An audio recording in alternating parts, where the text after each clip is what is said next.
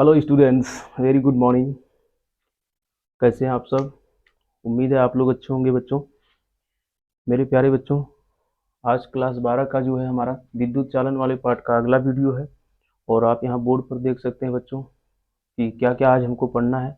मेरे हर वीडियो में आपको पता चल जाता है शुरू में ही कि आपको क्या क्या आज पढ़ना होता है, क्योंकि जितने टॉपिक पढ़ाना होता है बच्चों, मैं उतने टॉपिक जो है आपको यहाँ पर शुरू में ही लिख देता हूँ। तो देखेंगे बच्चों, तो आज की वीडियो में हम लोग प्रतिरोध से संबंधित सारी सारी बातें पढ़ेंगे। ठीक है ना, विद्युत चालन वाला पार्ट चल रहा है हम लोगों का। तो देखेंगे पहला क्या है, प्रतिरोध की निर्भरता। इसके पहले हम लोग प्रतिरोध पढ़ चुके हैं, फिर भी यहाँ चर्चा करेंगे। फिर विशिष्ट प्रतिरोध क्या होता है, अथवा उसी को प्रतिरोधकता भी कहते हैं बच्चों। इसके बाद विद्युत चालकता क्या होता है, विशिष्ट चालकता क्या होता है, अति चालकता क्या होता है, ठीक है ना, ओमी प्रतिरोध क्या होता है, अनओमी प्रतिरोध क्या होता है, गत्यात्मक प्रतिरोध क्या होता है, और प्रतिरोध पर ताप का प्रभाव क्या है।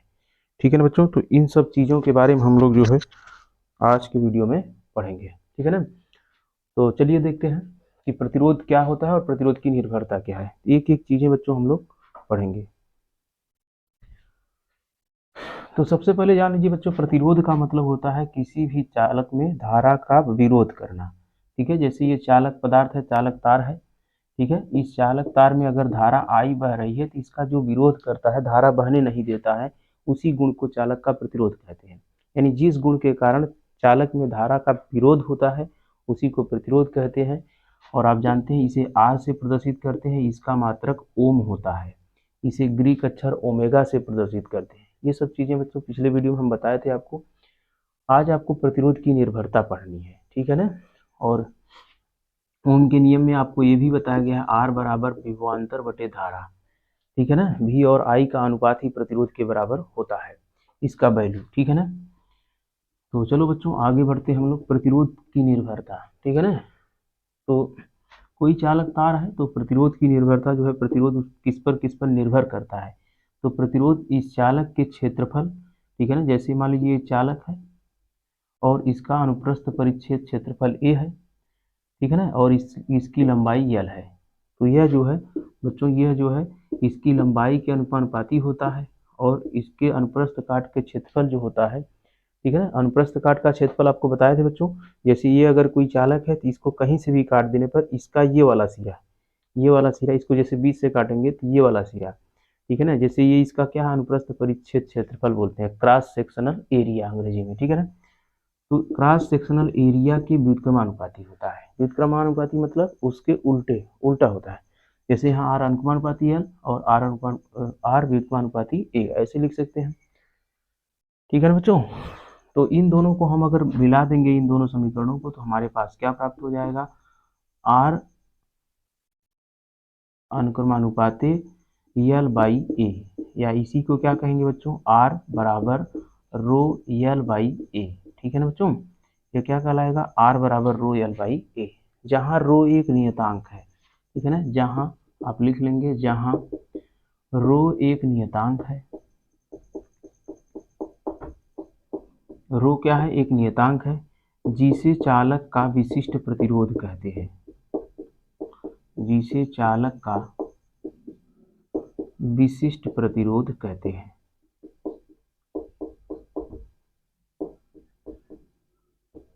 ठीक है ना बच्चों, इस समीकरण से आपको क्या पता चल रहा है, इस समीकरण को अगर ध्यान से देखें तो इससे ये पता चल रहा है कि अगर चालक, यह प्रतिरोध जो होता है उस चालक की लंबाई पर निर्भर करता है, और उसके क्षेत्रफल यानी अनुप्रस्थ परिच्छेद, जो क्रॉस सेक्शनल एरिया बताया आपको, जैसे ये चालक है तो इसका ये अनुप्रस्थ परिच्छेद क्षेत्रफल होगा बच्चों। ठीक है ना, इधर से देखेंगे तो ये होगा अनुप्रस्थ परिच्छेदफल। अगर इसको काट देंगे तो काटने के बाद जो बचेगा वो, इसमें देखेंगे मार्कर में बच्चों, तो ये वाला अनुप्रस्थ परिच्छेद का क्षेत्रफल होगा। तो आप देख रहे हैं कि इसके अनुप्रस्थ परिच्छेद के क्षेत्रफल पर निर्भर करता है और लंबाई पर डायरेक्टली प्रोपोर्शनल है, और क्षेत्रफल के क्या है, इनवर्सली प्रोपोर्शनल या व्युत्क्रमानुपाती हो। ठीक है ना बच्चों, तो इसका मतलब ये हुआ कि अगर चालक तार की लंबाई बढ़ा देंगे, चालक का लंबाई बढ़ा देंगे तो प्रतिरोध बढ़ जाएगा। प्रतिरोध का मतलब आप ऐसे समझें कि धारा के मार्ग में रुकावट बढ़ जाएगी। अगर लंबाई बढ़ा देंगे, इस तार को मान लीजिए ये चालक है, इसका लंबाई इतना कर दें, ठीक है ना, इसकी लंबाई बढ़ा दें बच्चों। ठीक है, इसकी लंबाई बढ़ा देंगे तो इसका जो विरोध करने का गुण है वो भी बढ़ जाएगा। इसका मतलब यही है, आर अनुपात एल का मतलब क्या है कि लंबाई बढ़ाने पर प्रतिरोध बढ़ जाता है और क्षेत्रफल बढ़ाने पर क्या हो जाएगा, क्षेत्रफल बढ़ाने पर प्रतिरोध घट जाएगा, क्योंकि ये व्युत्क्रमानुपाती है। ठीक है ना, किसी संख्या में आप किसी संख्या से भाग देंगे तो इसकी वैल्यू क्या होगी, कम हो जाएगी। समझ में आ रही बात की नहीं। तो लंबाई बढ़ाने पर प्रतिरोध बढ़ेगा, इसका मतलब धारा का विरोध होगा ज़्यादा, और क्षेत्रफल बढ़ाने पर इसका क्षेत्रफल बढ़ा दें, मान लीजिए इतना चौड़ा कर दें, क्षेत्रफल बढ़ाने पर प्रतिरोध घटता है, क्षेत्रफल बढ़ाने पर क्या होता है, प्रतिरोध घटता है। ठीक है बच्चों, तो हमें उम्मीद है कि ये पहली हेडिंग आपको समझ में आई होगी कि प्रतिरोध किस पर निर्भर करता है। ठीक है ना, तो लंबाई पर और परिच्छेद क्षेत्रफल पर। लंबाई के डायरेक्टली प्रोपोर्शनल होता है और परिच्छेद क्षेत्रफल के इनवर्सली प्रोपोर्शनल। ठीक है बच्चों,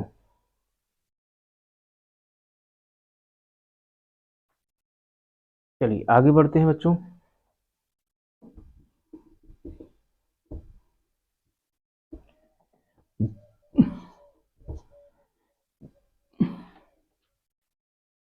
अच्छा, इस फार्मूला जो अभी आया था बच्चों, आर बराबर रो एल बाई ए, ये जो रो है आप देख रहे हैं पी की तरह लग रहा है, इसको चालक का विशिष्ट प्रतिरोध कहते हैं। इसका अगर हम लोग मात्रक निकालें तो क्या हो जाएगा, इसका मात्रक तो ओम होता है, क्या होता है बच्चों, ओम।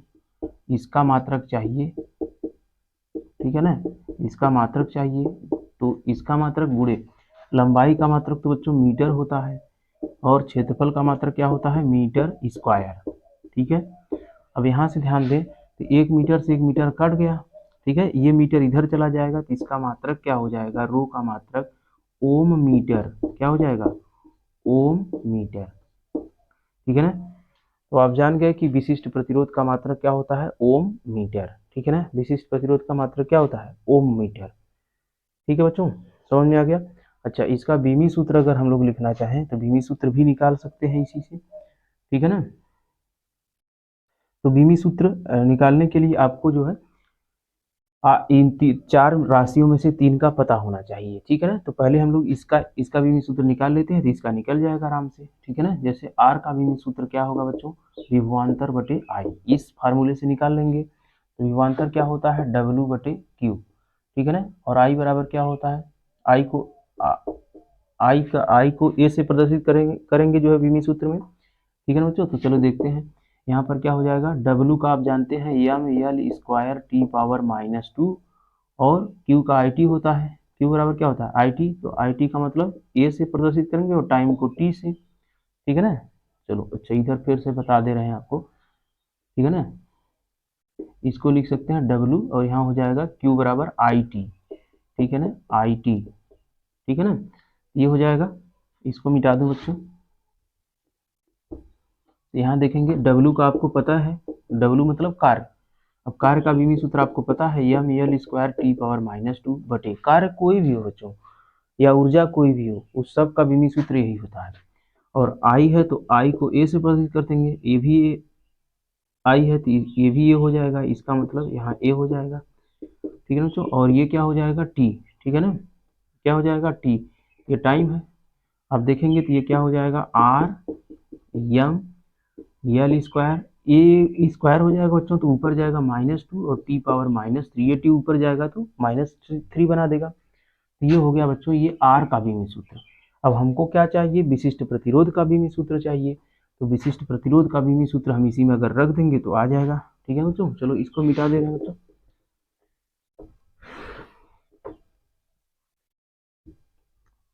ठीक है, अब इस आर का बीमी सूत्र हम यहाँ रख देंगे तो हमको पता चल जाएगा विशिष्ट प्रतिरोध का बीमी सूत्र। तो क्या हो जाएगा बच्चों, देखें ये हो जाएगा आपका विशिष्ट प्रतिरोध का बीमी सूत्र बराबर आर का बीमी सूत्र। ठीक है ना, यहाँ से विशिष्ट प्रतिरोध का मान निकालेंगे तो ये हो जाएगा आर ए बाई एल, ये हो जाएगा। तो आर का बीमी सूत्र आपने वहाँ निकाला है, यहाँ रख देंगे एम एल स्क्वायर ए पावर -2 टी पावर -3। ठीक है ना बच्चों, और गुणे एरिया है तो एरिया का क्या हो जाएगा, एल स्क्वायर। ठीक है ना बच्चों, एल स्क्वायर हो जाएगा बटे, यहाँ लंबाई है तो लंबाई का यल होता है, तो आप एक यल से एक यल कट जाएगा बच्चों, तो ऊपर क्या बचेगा देखिए, ये हो जाएगा आपका यम, और यल यहाँ 2 है यहाँ 1 है तो गुणा करेंगे तो 3 पावर बना देगा, यल पावर 3। ठीक है ना, और यहाँ क्या बचेगा बच्चों, ए पावर -2 टी पावर -3। ये हो जाएगा बच्चों विशिष्ट प्रतिरोध का बीमी सूत्र। ठीक है, तो उम्मीद है कि आपको ये समझ में आया होगा। ठीक है, अब हम लोग इसी विशिष्ट प्रतिरोध की परिभाषा पर चलते हैं। ठीक है ना। अच्छा, इस सूत्र से अगर विशिष्ट प्रतिरोध का हम लोग परिभाषा निकालेंगे तो क्या हो जाएगा कि अगर किसी चालक का प्रतिरोध किसी चालक का क्षेत्रफल जो है अनुप्रस्थ परिच्छेद का क्षेत्रफल 1 मीटर हो। ठीक है ना, जैसे मान लीजिए यदि यहाँ लिख दिया जाए यदि एरिया बराबर 1 मीटर स्क्वायर और लंबाई भी क्या हो 1 मीटर हो। ठीक है ना, किसी चालक की लंबाई 1 मीटर हो, उसका क्रॉस सेक्शनल एरिया भी अगर 1 मीटर स्क्वायर हो बच्चों, यहाँ स्क्वायर होगा, अगर उसका क्रॉस सेक्शनल एरिया भी 1 मीटर स्क्वायर हो तो उस चालक का विशिष्ट प्रतिरोध किसके बराबर हो जाएगा, यहाँ रख दें अगर तो यहाँ हो जाएगा ए का मान 1 रखेंगे, इसका भी मान 1 रखेंगे। ठीक है, तो ये क्या आ जाएगा रो बराबर आर। इसका मतलब किसी चालक का विशिष्ट प्रतिरोध उस चालक के प्रतिरोध के बराबर होता है कब, जब उस चालक की लंबाई 1 मीटर और उस चालक का परिच्छेद क्षेत्रफल भी क्या हो 1 मीटर स्क्वायर हो। ठीक है ना बच्चों, तो इस तरीके से आप इसकी परिभाषा यहाँ लिख सकते हैं। ठीक है, यहाँ से अगर इस सूत्र से अगर परिभाषा लिखना चाहें तो इस तरीके से लिख सकते हैं कि किसी चालक का विशिष्ट प्रतिरोध किसी चालक का विशिष्ट प्रतिरोध किसी चालक का विशिष्ट प्रतिरोध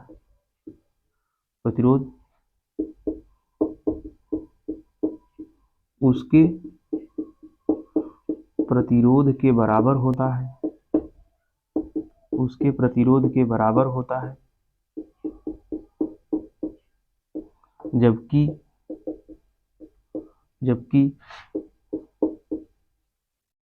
चालक की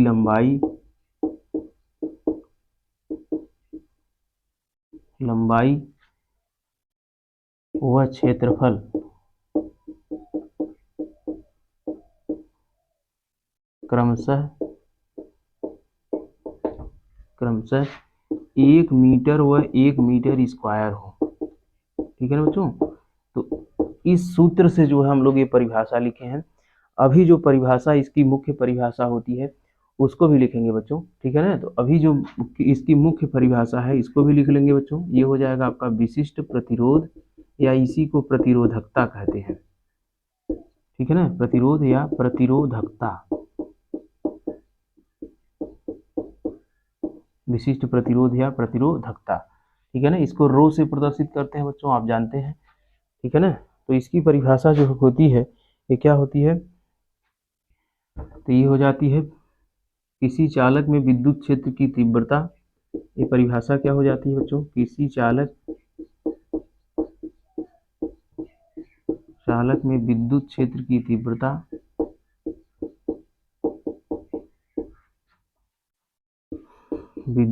की तीव्रता व विद्युत धारा घनत्व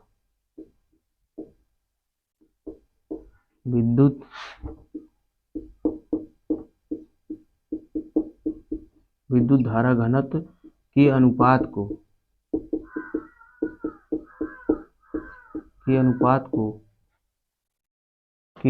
को विशिष्ट प्रतिरोध अथवा विशिष्ट प्रतिरोध या प्रतिरोधकता कहते हैं। प्रतिरोध या प्रतिरोधकता कहते हैं, प्रतिरोधकता कहते हैं।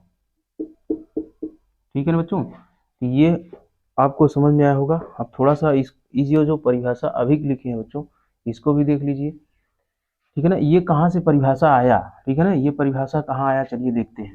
ठीक है, इसी फार्मूले में बच्चों अगर हम लोग यहाँ रख दें, ठीक है, ये हो जाता है रो बराबर, ठीक है ना, ये आर बराबर हम जानते हैं वी बटे आई होता है, आप जानते हैं आर बराबर वी बटे आई होता है। इसी फार्मूले में अगर रख दें हम लोग वी बटे आई और गुणे ए बटे एल। ठीक है ना बच्चों, तो इसको ऐसे भी लिखा जा सकता है। ठीक है, इसको ऐसे भी लिखा जा सकता है कि इस तरीके से लिखा जा सकता है V बटे L और पूरे के बटे I बटे A, ऐसे भी लिखा जा सकता है बच्चों, ठीक है ना, ऐसे भी लिखा जा सकता है। देखिए A ऊपर चला जाएगा और I का L में गुणा हो जाएगा, तो देखिए I का L में गुणा, V का A में गुणा, तो ये ऊपर चला जाएगा, V का A में गुणा हो जाएगा और L का A। अच्छा, V बटे L यानी V बटे दूरी, विभवांतर बटे दूरी को क्या कहते हैं बच्चों हम लोग, विद्युत क्षेत्र की तीव्रता, ठीक है ना। इसको मिटा दें बच्चों, ये परिभाषा आप लोग लिख लिए होंगे, ठीक है। अब यहाँ पर देखें, हम लोग जानते हैं कि विद्युत क्षेत्र की तीव्रता क्या होती है विभवांतर के पदों में, ठीक है ना। तो विभवांतर बटे दूरी के अनुपात को क्या बोलते हैं, विद्युत क्षेत्र की तीव्रता। तो यहाँ दूरी बच्चों यल है, चालक की लंबाई यल है यहाँ पर, तो यहाँ पर V बटे यल हो जाएगा, ठीक है। और I बटे A को क्या बोलते हैं, I बटे A को बच्चों हम लोग जानते हैं धारा घनत्व। धारा घनत्व की परिभाषा आपको पिछले वीडियो में बताए हैं, ठीक है, शुरू वाले वीडियो में आप जाके देख लीजिए। तो J बराबर क्या हो जाएगा बच्चों, धारा बटे एरिया, ठीक है ना। प्रति एकांक क्षेत्रफल में जितनी धारा बहती है उसे क्या बोलते हैं, धारा घनत्व है। धारा और क्षेत्रफल के अनुपात को क्या बोलते हैं बच्चों, धारा घनत्व। इसे J से प्रदर्शित करते हैं। तो अगर इन दोनों समीकरणों को हम जो है इसमें रख दें, यहाँ पर ध्यान से देखिए, अगर इसको हम लोग, ये रो का मान आ रहा है बच्चों, इसको अगर 1 दे दें, इसको 2 दे दें, इसको 3 दे दें, अगर समीकरण 2 व 3 का मान हम लोग यहाँ रख दें बच्चों, तो हमारे पास क्या प्राप्त होगा। देखिए समीकरण 1 में रखेंगे, ठीक है ना, समीकरण 1 में रखेंगे तो हमारे पास क्या प्राप्त हो जाएगा, रो बराबर, देखिए रो बराबर क्या प्राप्त हो जाएगा बच्चों, V बटे L को क्या लिखेंगे, E, क्या लिखेंगे, E बटे I बटे A को क्या लिखेंगे बच्चों, धारा घनत्व J, ठीक है ना। अब देखिए यही परिभाषा लिखा गया है ना, किसी चालक में विद्युत क्षेत्र की तीव्रता E व विद्युत धारा घनत्व के अनुपात को विशिष्ट प्रतिरोध या प्रतिरोधकता कहते हैं। देखिए धारा घनत्व J हो गया और विद्युत क्षेत्र की तीव्रता E, तो इसी को क्या बोलते हैं बच्चों, विशिष्ट प्रतिरोध या प्रतिरोधकता, ठीक है ना बच्चों। तो हमें उम्मीद है कि ये चीज आपको अच्छे से समझ में आई होगी, ठीक है। आगे बढ़ते हैं हम लोग, और इसका हम लोग मात्रक और बीमी सूत्र निकाल ही चुके हैं। मात्रक क्या होता है बच्चों, ओम मीटर, क्या होता है, ओम मीटर, क्या होता है, ओम मीटर, ठीक है ना। बीमी सूत्र निकाल ही चुके हैं, कोई दिक्कत नहीं है।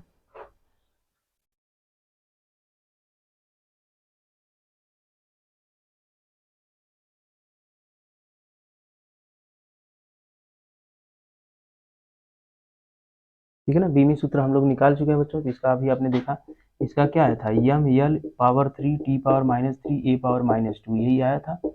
ये इसका बीमी सूत्र हो जाएगा बच्चों, ठीक है ना। तो अब मात्रक भी हो गया आपका, बीमी सूत्र भी हो गया, इससे संबंधित सारी बातें समाप्त हो गई। अब हम लोग आगे बढ़ेंगे बच्चों, ठीक है ना। तो आगे जो है हमारी क्या है, विद्युत चालकता। आगे क्या है बच्चों, विद्युत चालकता। तो चलिए विद्युत चालकता की परिभाषा हम लोग जानते हैं।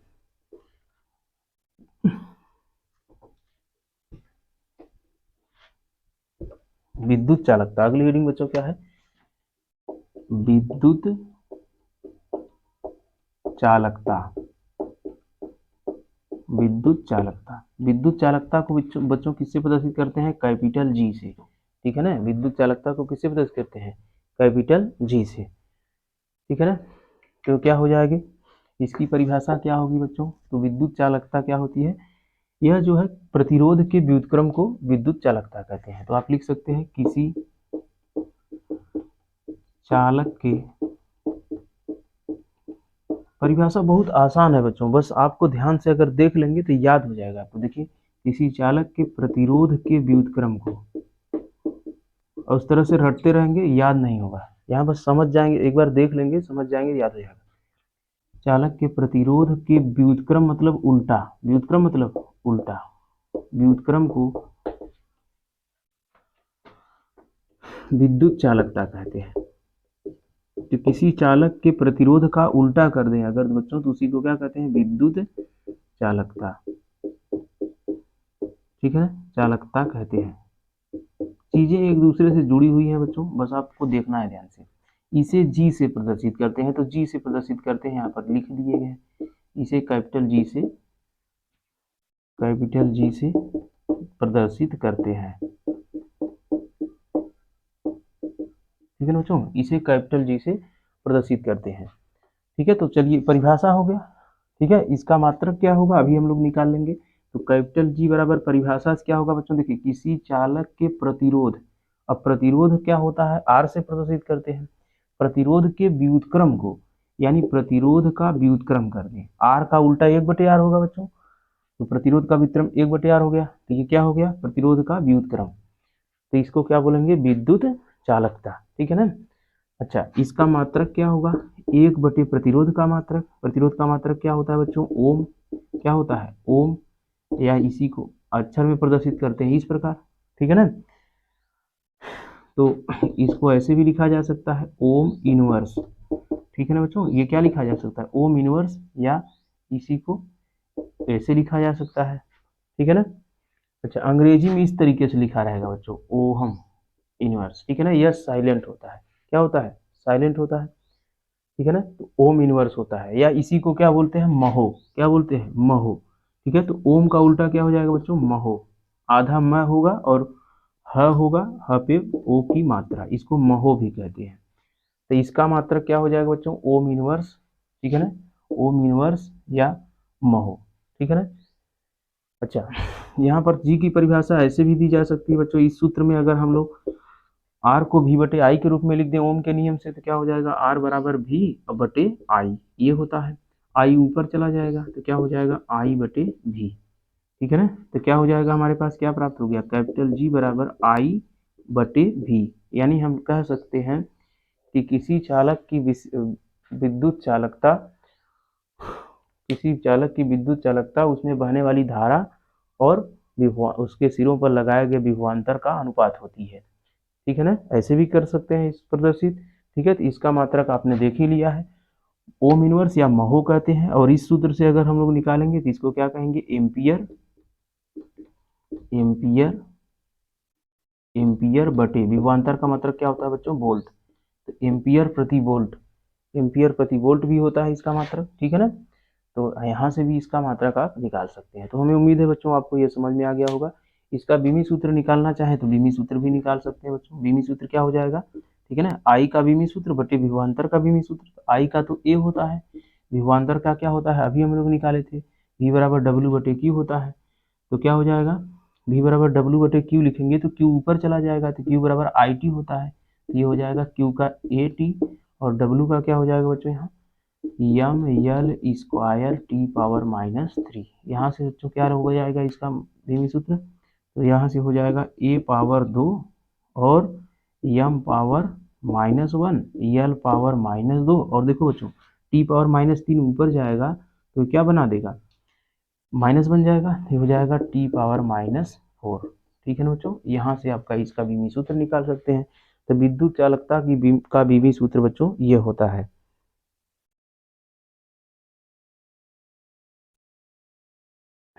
अच्छा, कहीं गलत तो नहीं हो रहा है बच्चों, देखना पड़ेगा थोड़ा। अच्छा, यहाँ पर थोड़ा सा गलत हो गया बच्चों, देख लीजिए। यहाँ v बराबर डब्ल्यू बटे क्यू होता है, तो M L square T power -2 होता है, हमने 3 लिख दिया है। तो यहाँ पर 4 नहीं बल्कि बच्चों क्या हो जाएगा 3। इसको बना लेंगे बच्चों, माफ़ी चाहते हैं, यहाँ पर थोड़ी सी गलती हुई थी। तो यहाँ क्या हो जाएगा, M L square T power -2, तो ऊपर जाएगा तो -3 बन जाएगा, अब सही है। एम पावर -1 ए स्क्वायर यल पावर -2 और टी पावर -3, ठीक है ना बच्चों। तो ये हो जाएगा आपका, ये प्लस बन जाएगा, इस ये +3 है, ठीक है ना। यहाँ पर जो है माइनस ऊपर जाएगा तो प्लस बन जाएगा, बस अब सही है बच्चों, एकदम सही है, ठीक है ना। ए पावर 2, एम पावर -1, यल पावर -2 और टी पावर 3, ठीक है ना। यही होगा इसका बीमी सूत्र, ठीक है ना। ठीक है बच्चों, ये समझ में आ गया होगा आपको, आगे बढ़ते हैं हम लोग, ठीक है। इसके बाद जो अगली हेडिंग थी बच्चों, वो हम लोगों की हेडिंग क्या थी, विद्युत चालकता के बाद विशिष्ट चालकता, ठीक है ना, विशिष्ट चालकता, विशिष्ट चालकता ठीक है ना। ये हो गया विशिष्ट चालकता। अभी तक हम लोग क्या क्या देखें, प्रतिरोध क्या होता है, प्रतिरोध किन किन बातों पर निर्भर करता है। इसके बाद बच्चों हम लोग देखें विशिष्ट प्रतिरोध क्या होता है। इसके बाद हम लोग देखें विद्युत चालकता क्या होता है। अब विशिष्ट चालकता देखते हैं, ठीक है ना बच्चों। तो विशिष्ट चालकता की परिभाषा क्या होती है, इसको सिग्मा से प्रदर्शित करते हैं बच्चों। तो ये इसकी परिभाषा क्या होगी, तो इसकी परिभाषा हो जाएगी विशिष्ट प्रतिरोध के व्युत्क्रम को, ठीक है ना। प्रतिरोध के व्युत्क्रम को विद्युत चालकता, इसको जी से प्रदर्शित करेंगे, और विशिष्ट प्रतिरोध के व्युत्क्रम को विशिष्ट चालकता, बस इतना ध्यान देना। विशिष्ट प्रतिरोध प्रतिरोध के व्युत्क्रम को विशिष्ट चालकता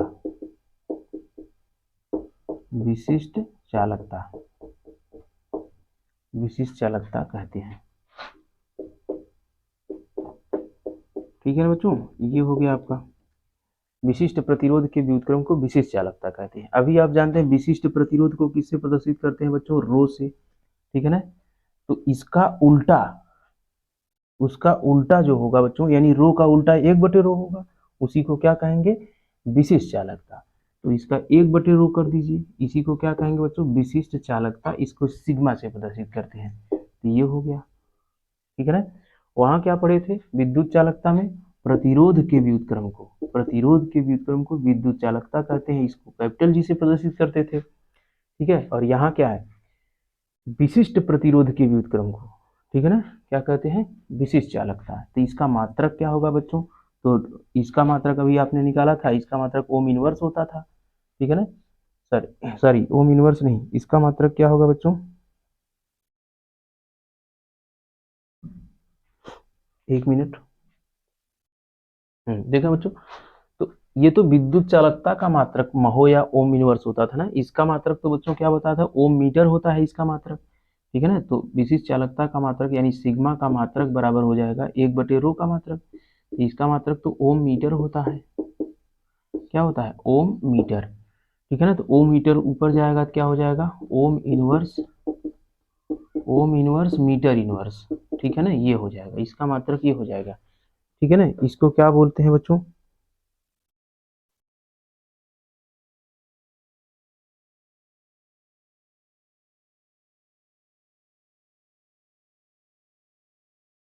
या ऐसे भी ओम इनवर्स को महो भी बोलते हैं बच्चों, तो ये हो जाएगा महो प्रति मीटर। ठीक है ना, ऐसे भी कह सकते हैं महो प्रति मीटर।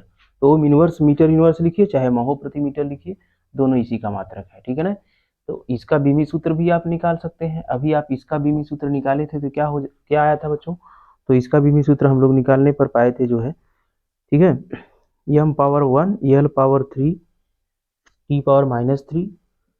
इसका बीमी सूत्र क्या पाए थे, m⁻1 l⁻,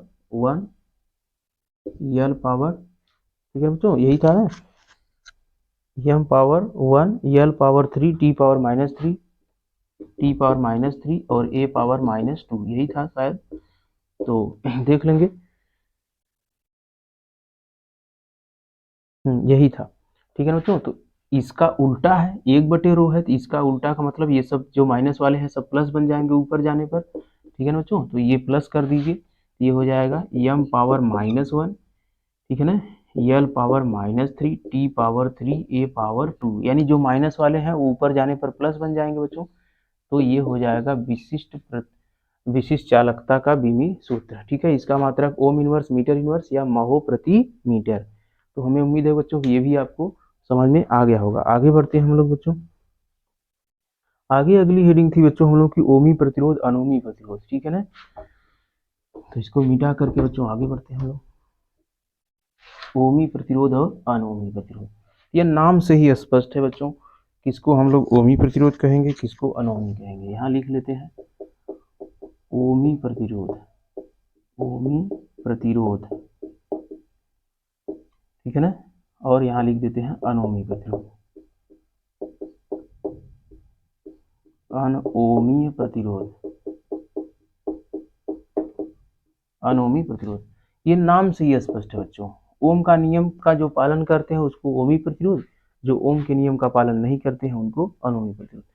अब इस नियम को, इसको समझने के लिए आपको ओम का नियम आना चाहिए। ओम का नियम पिछले वीडियो में हम लोग चर्चा किए थे बच्चों। क्या होता है, यदि किसी चालक की भौतिक अवस्था जैसे कि लंबाई, तापदाब, क्षेत्रफल आदि में कोई परिवर्तन नहीं होता है तो चालक के सिरों पर लगाया गया विभवांतर उसमें बहने वाली धारा आई के क्या होता है, अनुपाती होता है।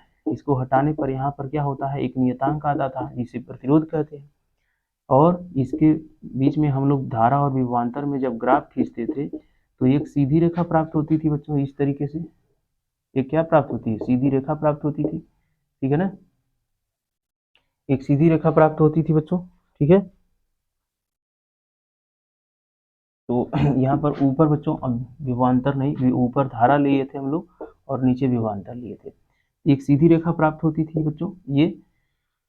तो कहने का मतलब ओम का नियम का पालन का मतलब क्या है कि अगर हम किसी चालक के में बहने वाली धारा और उसके सिरों पर लगाए गए विभवांतर में जो है ग्राफ खींचते हैं तो इन दोनों का अनुपात एक नियतांक होता है, ठीक है ना, एक नियतांक होता है। अर्थात अगर इसका नियतांक अगर नहीं होगा, अलग अलग वैल्यू होगी, दूसरा कुछ वैल्यू होगा, नियत मान नहीं आएगा, इसका मतलब वह अनओमी प्रतिरोध है, ओम का नियम का पालन नहीं करता। तो आप परिभाषा लिखना चाहें तो यहाँ से लिख सकते हैं, वे प्रतिरोध जो ओम के नियम का पालन करते हैं उनको ओमी प्रतिरोध, और जो ओम के नियम का पालन नहीं करते हैं बच्चों उनको अनओमी प्रतिरोध कहते हैं, ठीक है ना। तो इसकी परिभाषा मैं यहाँ पर लिख दे रहा हूँ। ऐसे प्रतिरोध जो ओम के नियम का पालन करते हैं, ओम के नियम का पालन, ओम के नियम का पालन करते हैं, ओमी प्रतिरोध। और ऐसे प्रतिरोध जो ओम के नियम का पालन नहीं करते, ऐसे प्रतिरोध जो ओम के नियम का पालन नहीं करते हैं, ओम के नियम का पालन नहीं करते हैं,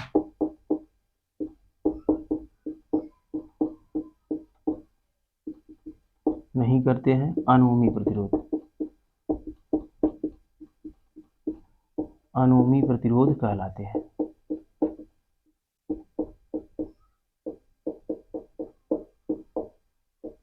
ठीक है ना बच्चों, ये चीज आपको समझ में आई होगी, ओमी प्रतिरोध और अनओमी प्रतिरोध क्या होते हैं, ठीक है। ओमी प्रतिरोध और अनोमी प्रतिरोध बच्चों आपको समझ में आ गया होगा, ठीक है। इसके बाद बच्चों आगे बढ़ते हैं हम लोग। इसके बाद हम लोग लिखे थे सुपर कंडक्टिविटी, अति चालकता। अति चालकता क्या होती है, ठीक है ना। अति चालकता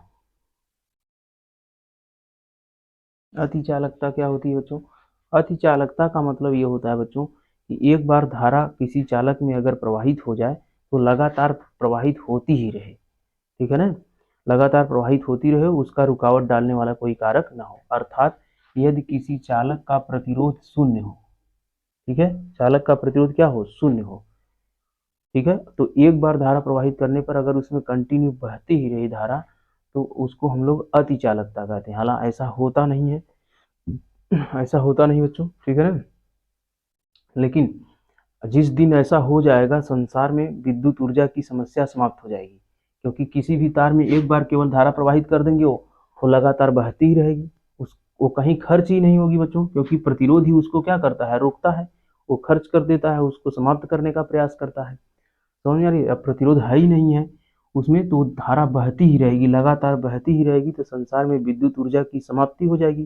तो कितना अच्छा होगा बच्चों, ठीक है ना, अगर विद्युत ऊर्जा बहुत हमको प्राप्त होगी तो हमारा कितना काम बन जाएगा, विद्युत के कारण ही सारी काम जो है का चल रहे हैं बच्चों। आज आधुनिक जमाने में आप देख ही रहे हैं सारी मशीनें विद्युत ऊर्जा से ही चलती हैं, और जिस दिन यह सफल हो जाएगा बच्चों तो ये क्या होगा, बहुत बड़ी उपलब्धि हो जाएगी। और इस घटना को बोलते हैं बच्चों अति चालकता, इस घटना को क्या बोलते हैं, अति चालकता, ठीक है ना।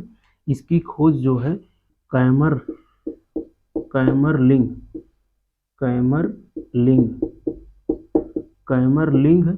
ओनस नामक वैज्ञानिक ने किया था बच्चों। इसकी खोज कौन किया है, कैमरलिंग ओनस ने। इस घटना की खोज अभी जो है यह प्राप्त नहीं हो पाया है, कमरे के सामान्य ताप पर प्राप्त नहीं हो पाया है अति चालकता। जिस दिन होगा उस दिन बच्चों विद्युत ऊर्जा की घटना मतलब कि समस्या समाप्त हो जाएगी, ठीक है ना। तो अति चालकता को हम लोग अगर परिभाषित करने का प्रयास करें बच्चों तो क्या हो जाएगा, देख लेंगे।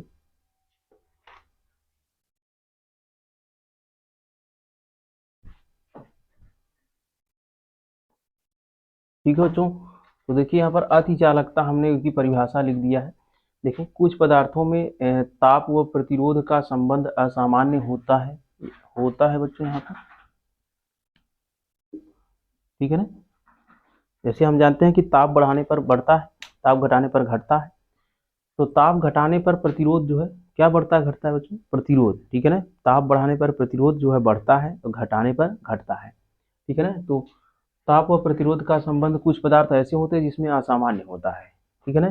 तो ताप घटाने पर प्रतिरोध धीरे धीरे उन ऐसे पदार्थों में क्या होता है, ताप घटाने पर प्रतिरोध का मान धीरे धीरे घटता है, लेकिन एक निश्चित सीमा के बाद प्रतिरोध घटकर शून्य हो जाता है, ठीक है ना। एक निश्चित सीमा के बाद प्रतिरोध घट के क्या हो जाएगा बच्चों? शून्य हो जाएगा। और जब यह घटकर शून्य हो जाएगा, यानी प्रतिरोध का मान 0 हो जाएगा, प्रतिरोध रहेगा ही नहीं, तो उसमें धारा क्या होगी? लगातार बहती ही रहेगी। तो इस घटना को अतिचालकता कहते हैं। और जिस ताप पर यह होती है घटना, और अलग अलग पदार्थों के लिए अलग अलग ताप पर होती है, जिस ताप पर यह घटना होती है बच्चों, उस घटना को क्या कहेंगे? सॉरी, उस ताप को क्या कहेंगे? क्रांतिक ताप। यानी यह घटना अतिचालकता कहलाती है, और जिस ताप पर यह घटना घटती है उसको क्रांतिक ताप कहते हैं, क्रिटिकल टेम्परेचर, ठीक है ना। इसकी खोज कौन किया था बच्चों? इसकी खोज 1911 में नीदरलैंड के एक वैज्ञानिक थे, क्या नाम है? कैमरलिंग ओनस। क्या नाम है? कैमरलिंग ओनस। इन्होंने इस घटना की खोज करी थी, ठीक है ना। प्रतिरोध शून्य होने का मतलब यह है बच्चों कि एक बार अगर धारा प्रवाहित कर दिया जाएगा तो धारा लगातार बहती ही रहेगी, वो कभी खत्म नहीं होगी, बिना ऊर्जा खोए जो है चालक में जो है धारा बहती रहेगी। समझ आई बात कि नहीं? और जिस दिन यह संभव हो जाएगा कमरे के ताप पर, क्योंकि यह बहुत निम्न ताप पर होता है, और जिस दिन यह कमरे के ताप पर संभव हो जाएगा, ठीक है ना, उस दिन विद्युत ऊर्जा की समस्या क्या हो जाएगी? समाप्त हो जाएगी, ठीक है ना बच्चों। तो चलिए ठीक है, आगे बढ़ते हैं हम लोग बच्चों। ये आपको समझ में आया होगा।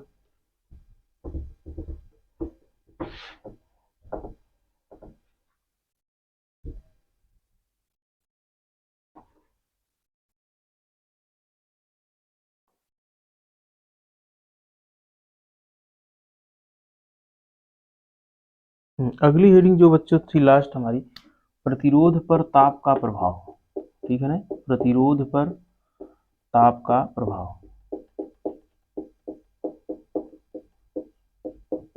तो अभी आपने देखा कि प्रतिरोध जो है ताप बढ़ाने पर बढ़ता है, घटने पर घटता है, ठीक है ना। तो हम जानते हैं R बराबर रो एल बाई ए होता है, ठीक है ना।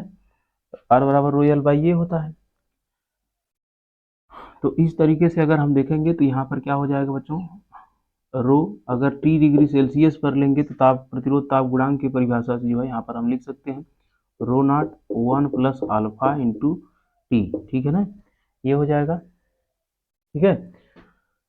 इसको कैसे परिभाषित करेंगे? मान लीजिए शुरुआत में बच्चों किसी चालक है, ये चालक है, शुरुआत में कोई चालक है, तो शुरुआत में इसका ताप मान लो जो है 0 डिग्री है, ठीक है ना। ताप कुछ नहीं है, जब 0 डिग्री था तो इसका विशिष्ट प्रतिरोध शून्य था, ठीक है ना। क्या था? रो जीरो, शून्य नहीं बल्कि रो जीरो था। जब T डिग्री सेल्सियस ताप हो गया, ताप कुछ बढ़ गया बच्चों, तो ताप बढ़ाने पर इसका क्या हो जाएगा? तो आप जानते हैं ताप के अनुपाती होता है, तो ये हो जाएगा T। तो यहाँ से हम निकाल लेंगे, ठीक है ना। तो इसके स्थान पे कोई न कोई नियतांक आएगा, तो यहाँ पर अल्फा आ जाता है, ठीक है ना। इसका मतलब अल्फा क्या है? एक नियतांक है जिसे प्रतिरोध ताप गुणांक कहते हैं बच्चों, ठीक है ना। तो 0 डिग्री पर रो जीरो है, और T डिग्री पर इतना बढ़ गया, तो कितना बढ़ा, ठीक है ना। T डिग्री पर इतना बढ़ गया तो टोटल कितना हो गया बच्चों? रो। इसको रो T से प्रदर्शित करते हैं ना, यहाँ पर रो हो जाएगा, ठीक है ना बच्चों। इतना बढ़ा, तो यहाँ से रो जीरो क्या कर लेंगे? कॉमन। क्या कर लेंगे बच्चों? कॉमन करेंगे, ठीक है ना। ये हो जाएगा रो नॉट कॉमन कर लेंगे तो वह हो जाएगा 1 प्लस अल्फा टी। क्या हो जाएगा? 1 प्लस अल्फा टी। यही हो जाएगा रो टी का मान, ठीक है ना। ठीक है बच्चों, तो अभी आपने देखा कि रो जो है इसके आर के अनुपाती होता है, इसका मतलब ये बढ़ेगा तो ये भी बढ़ेगा, ठीक है ना। तो इसको हम इस तरीके से लिख सकते हैं, देखिए। तो T डिग्री सेल्सियस पर बच्चों क्या हो जाएगा? रो नॉट, यहाँ हो जाएगा 1 प्लस अल्फा इंटू टी। तो अगर ये बढ़ेगा, ये बढ़ने का मतलब क्या है बच्चों? R, ठीक है ना। तो आर टी बराबर यहाँ से निकालेंगे तो R हो जाएगा, यहाँ हो जाएगा 1 प्लस अल्फा टी। इसी प्रकार जिस प्रकार से ये बढ़ेगा उसी प्रकार से ये भी बढ़ेगा, ठीक है ना। तो अब हम क्या करेंगे, ठीक है। अगर T डिग्री सेल्सियस पर ये है आर टी है, और 0 डिग्री सेल्सियस पर तब कितना हो जाएगा बच्चों? 0 डिग्री सेल्सियस पर क्या हो जाएगा? यहाँ पर जो है 0 डिग्री सेल्सियस पे यहाँ क्या हो जाएगा? रो नॉट, बस यही होगा, क्योंकि यहाँ पर T बराबर 0 रख देंगे। यहाँ देखो 1 प्लस अल्फा गुणे 0, तो 0 गुणा करेंगे तो 0 रह जाएगा, R0 का अंदर गुणा करेंगे तो R0 ही रह जाएगा। समझ में आई बात बच्चों? ठीक है, तो ध्यान देंगे, इसी का यूज बच्चों हम लोग इसमें करेंगे। तो चलिए कर देते हैं। तो क्या हो जाएगा, आर टी बटे आर नाट, आर टी बटे आर नाट बराबर क्या लिख सकते हैं बच्चों, यहाँ लिख सकते हैं पी नाट 1 प्लस अल्फा इंटू टी, ठीक है ना। और बटे यहाँ क्या लिख सकते हैं, यहाँ रो नाट लिख सकते हैं, क्योंकि आर जो है बच्चों क्या होता है, आर तो इसके अनुपाती होता है रो के, ठीक है ना। तो ये बढ़ेगा तो ये भी बढ़ेगा, वो बढ़ेगा तो ये भी बढ़ेगा। इसके स्थान पर जो नियतांक है बच्चों, नियतांक नियतांक से कट जाएगा, ठीक है ना। जैसे मान लीजिए अगर कोई नियतांक यहाँ पर आता है, कोई नियतांक आता है तो उससे कट जाएगा, ठीक है ना। तो यहाँ पर देखेंगे तो ये फार्मूला आ जाएगा आपको, तो यहाँ से रो कट जाएगा, ठीक है ना, रो से रो कट जाएगा तो आर टी बटे आर नाट, ठीक है ना। आर नाट यहाँ हो जाएगा 1 प्लस अल्फा टी, तो यहाँ से आप जो है आर नाट का गुणा कर देंगे तो आर टी का मान आ जाएगा। तो आर टी बराबर यहाँ से क्या हो जाएगा बच्चों, R naught 1 plus alpha into T, यही आएगा जो अभी मैं आपको बता रहा था इसके पहले। आर टी बराबर R naught 1 plus alpha T, alpha क्या है, नियतांक है जिसको प्रतिरोध ताप गुणांक कहते हैं, ठीक है ना। तो इस तरीके से ताप पर निर्भर करता है। तो आप अगर अल्फा का मान यहाँ से निकालना चाहेंगे तो निकाल सकते हैं बच्चों, कोई दिक्कत नहीं है। यहाँ देखिए आर टी माइनस आर नाट, और इधर क्या बचेगा 1 प्लस अल्फा टी बचेगा। तो अल्फा चाहिए, जिसको चाहिए उसको एक तरफ, बाकी सबको एक तरफ कर दीजिए। तो यहाँ हो जाएगा आर नाट माइनस 1, ठीक है ना, बराबर अल्फा टी। अल्फा चाहिए तो टी इधर आएगा तो गुणन हो जाएगा। इसको थोड़ा सिंप्लीफाई कर देंगे बच्चों, यहाँ लिख दे रहा हूँ, तो आर टी, ठीक है ना, और बटे आर नाट माइनस 1, और यहाँ टी भागे में आ जाएगा, गुणे 1 बटे टी हो जाएगा बराबर अल्फा, ठीक है ना। अब इसको थोड़ा मिटा दें बच्चों, तो देखिए हमारे पास अल्फा का मान आ गया है। इस फार्मूले से निकालेंगे तो यहाँ हो जाएगा आर टी माइनस आर नाट बटे आर नाट, ठीक है ना, इंटू टी बराबर अल्फा। तो अल्फा का मान ऐसे भी निकाल सकते हैं, ठीक है बच्चों, ये प्रतिरोध ताप गुणांक का है मान है, ठीक है। तो हमें उम्मीद है कि आज की वीडियो आपको समझ में आई होगी। कैसा लगा आपको ये जरूर आप कमेंट बॉक्स में लिख करके हमें बताएं बच्चों, ठीक है। आगे अगले दिन मिलेंगे, 2-3 हेडिंग और बची इस पार्ट में, ठीक है, उसको कल की वीडियो में हम लोग कवर करेंगे, ठीक है ना। तब तक अपना ख्याल रखिए और अपनी प्रतिक्रिया जरूर दीजिए, फीडबैक जरूर दें, ठीक है बच्चों, धन्यवाद।